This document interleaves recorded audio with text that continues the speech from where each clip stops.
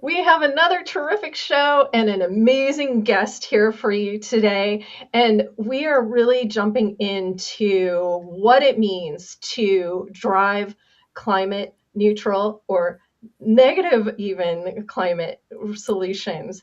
I am your host, Lisa Dreher, and we would love to welcome you to the Tech and Space Leader Show, where we learn lessons from founders of the next frontier. And I am really excited to introduce our guest for today, Wilson Hago. He is the founder and CEO of Hago Energetics. Welcome to the show, Wilson. Thank you, Lisa. It's a pleasure to be here, and thanks for the invitation. And it's a pleasure to always tell people about what we're doing because we feel that what we're doing is important, for the future generations. Absolutely. So I am really excited to hear all about what Hago Energetics is doing. Maybe we can start by having you give just a little bit of background on yourself and Hago Energetics. Sure, sure. I have a background. I'm a chemist by training. I like to say that, as I remember, as far as age 8, I tried, somebody told me that you can convert charcoal to diamond, and I did a little experiment to do that. It didn't quite work that well, but basically it got me into the whole idea of, okay, how to use science to convert something to something else.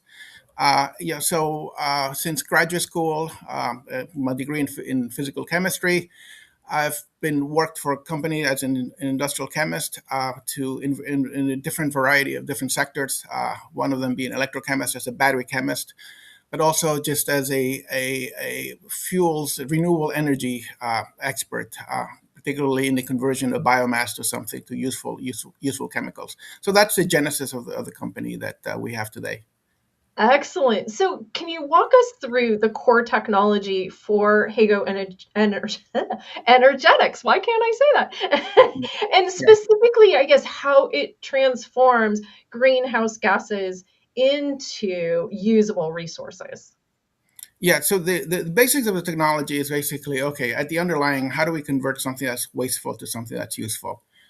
Today, we see a lot of waste in variety of different sectors, particularly in agriculture, also in the wastewater treatment sector, in landfills, and also in the oil and gas industry. You have an untapped resource in the way of that basically methane is being emitted into the atmosphere. We see that as a potential source of energy that can be captured and converted to something that is to hydrogen that can be decarbonized. So you can use that methane but without burning it and emitting carbon into the atmosphere. We all know that methane is a very potent greenhouse gas. I mean, it's about 80, 100 times as powerful as CO2. So it's kind of a low hanging fruit for us to be able to transform that methane into something that's not detrimental to the atmosphere. And so that's what we're about. We're about decarbonizing industries and converting that nasty methane into something that's useful. And hydrogen is something that's useful in a number of industries. I mean, that's what keeps civilization going. I mean, it's used in the steel sector, it's used in cement making, in transportation, and fertilizers. I mean, that's a primary use for hydrogen, is making fertilizers and feeding people. So it's at the crux of the chemical industry, and so that's what we're about basically. How do we contribute in an impactful manner to decarbonizing industries, and then also at the same time, preventing carbon from going into the atmosphere. This is amazing. Okay, so how does this actually work? What are you taking?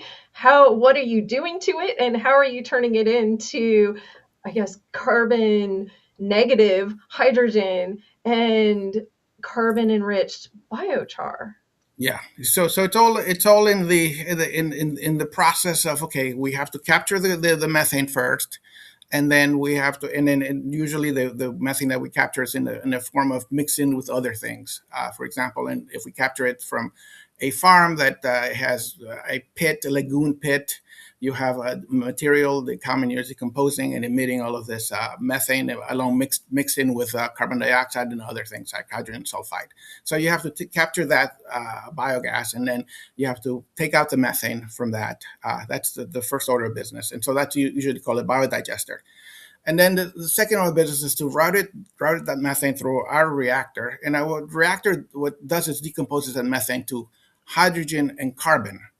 And the trick about for our technology is that the decomposition is made in the presence of a disposable catalyst that's readily available. That's made basically from waste wood, a waste or agricultural waste. So you have a catalyst then that absorbs the carbon from the methane, and both what we call the biochar and then the carbon from the methane go into the field as a soil amendment to improve, crop productivity, improve water retention, all good things that the plant needs. And so we have a win-win situation where we decarbonize the methane. At the same time, we produce hydrogen that's useful for industry. And so the basis of all of this is to form a facility, a chemical facility that does all of this basically automatically. It has a constant flow of methane. It has a constant flow of biochar through it. At the end of the day, you also have a constant output of the hydrogen and a constant output of the biochar which goes into the soil. So at the basis, it's a chemical facility. Okay, so how big are these facilities?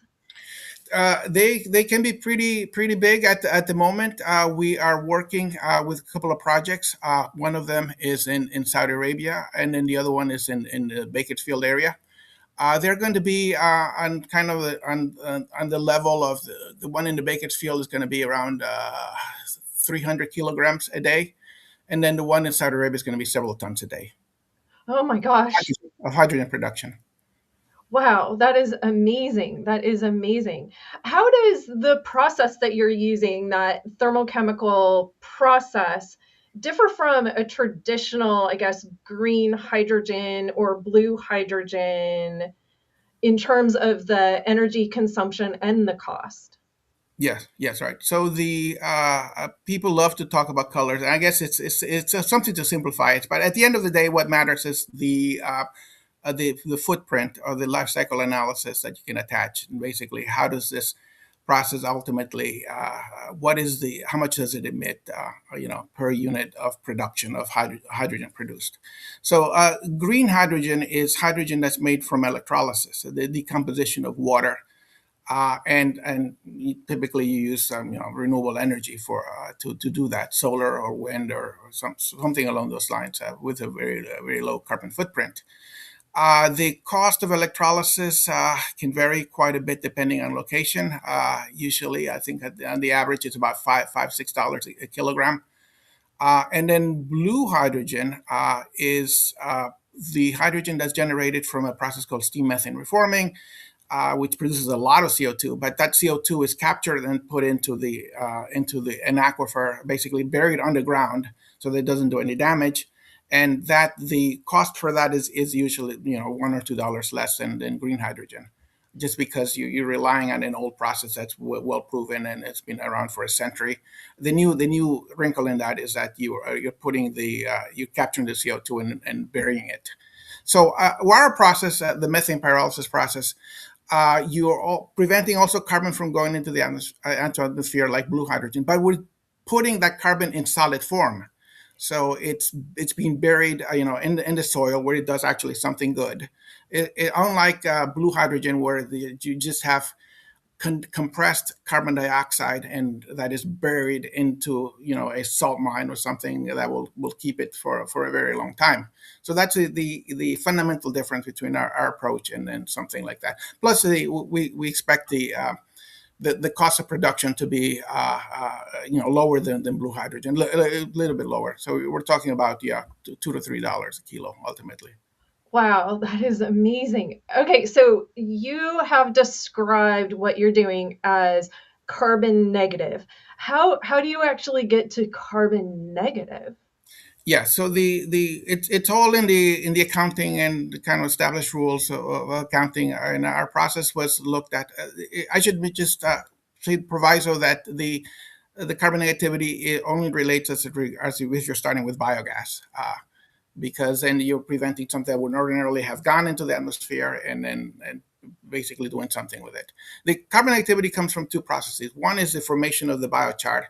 So a plant, takes in the carbon dioxide from that would from the in the atmosphere and then incorporates it into its cellulosic structure, and that ultimately gets the carbon goes into the soil. And then the other part aspect of the carbon negativity comes from the adsorption of the or the capture of the carbon from the methane. So you have the carbon enriched biochar, which is a double whammy in terms of carbon extraction and then putting all of that into the soil. So that's where the carbon negativity comes in. And then we had a process looked at by the third party firm called Eco Engineers, and they did an analysis, and they came out with one of the lowest carbon footprints, for making hydrogen on the planet. So we're very proud of that, and then that's what kind of was driving us, is saying, okay, this you have a way of actually taking carbon ultimately out of the atmosphere. Oh my gosh. Okay, this is really exciting. So as I understand it, you've done some field tests, one of them being at Harris Ranch Feedlot. Can you talk a Yeah, little bit about that? yeah. Harris is one of the largest feedlots in the state of California. They supply, actually, if you heard of the restaurant chain In and Out, it's very popular. they supply the they supply the meat to them. And so they have a very large farm. So they agreed to work with us in terms of just doing a pilot of our technology, basically us starting with cow manure from animals on their farm, taking raw biogas, and then using that biogas through our prototype reactor, and showing that we could make hydrogen, ultra pure hydrogen that can run a fuel cell. So that project. It was a very small scale project at the level one kilo a day, but it demonstrated that we could do this. And then the hydrogen was analyzed at the University of California, Irvine, and then it's shown to run a fuel cell. And so that's pretty good news for us. And so, yeah, it laid the foundation to where we are today. Was basically, okay, how do we go from basically a prototype with all of the basic physics has been established to something that is more of a commercial nature, much larger, so that we can demonstrate then at that point revenues. And then ultimately, I mean, what we are trying to do is basically sell the hydrogen to the transportation sector, sell it to refueling stations in the state as the state builds up its hydrogen infrastructure, but also sell the hydrogen to other sectors. For example, the petroleum refining sector. That needs hydrogen for its operations. And there are other sectors ultimately that we would love to service, but you got to start small. Yeah, fantastic. So where are you in the development now? Yeah. So in development, we are, as mentioned, we are commercializing our technology. We're designing much larger units. So, in Saudi Arabia, we're designing the several tons a day unit, and in the Bakersfield, we're designing something much smaller that can power different industrial entities.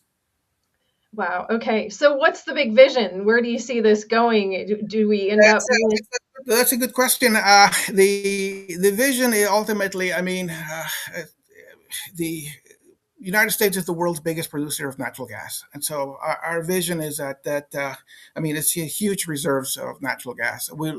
We don't think that natural gas should be burned in the carbon sent to the atmosphere, because it will complicate, it will worsen the climate problem.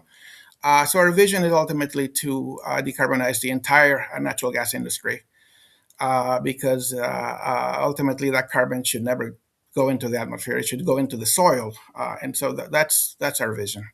Wow, amazing. Okay, so there's also a potential for leveraging this type of technology in space, right? So can you give us a little bit of background on how this technology could potentially be used on the moon or on Mars? Well, now we're going out on a limb, right? But it's yeah, we did participate in a NASA challenge where we won a CO2 challenge, CO2 conversion challenge award from NASA. Basically, taking hydrogen and carbon dioxide and making ultimately sugars from that to feed future inhabitants of Mars or other colonies. And that's what it's about. Basically, how do you convert local resources to something that's useful? Mars has abundant supplies of water if you kind of look for it. And the atmosphere of Mars is, a very thin atmosphere, but it has carbon dioxide to it. So you can combine those things and make food out of it. And that's, that ultimately you can think about doing these type of things if you kind of have the know-how and the willingness to do that. Yeah, absolutely. Absolutely. Okay, so when do you think one of those projects that you're talking about might go online? Yeah, yeah. So the we expect to be building stuff in about a year. So after the design and then yeah, hopefully and soon thereafter. Yeah. Once we get the kind of the bigger units up and running and selling demonstrating revenue, then we expect to duplicate that in short order, and then just we expect to see tons of orders. And then replicating it, as much as we can, So, but and then Wonderful. we're also interested in licensing the technology so that we don't have to do all the work ourselves, uh, and seeing other people kind of work on this.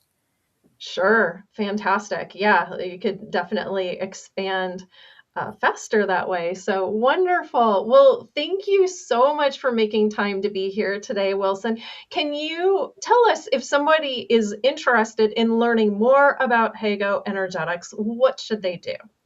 Yeah, well, you can go check out our website, hagoenergetics.com. That's Hago, that's Hago, and then energetics, one word. Yeah, and then you can always drop me a line at wilson at hagoenergetics.com. Excellent, excellent. Well, thank you again for making time to be here today. And I do want to take a moment to thank GuideForce for hosting these sessions. You can learn more about GuideForce at guideforce.com. And we'll see you next time on the Tech and Space Leaders Show. Thank you for having me. Have a good one. Absolutely.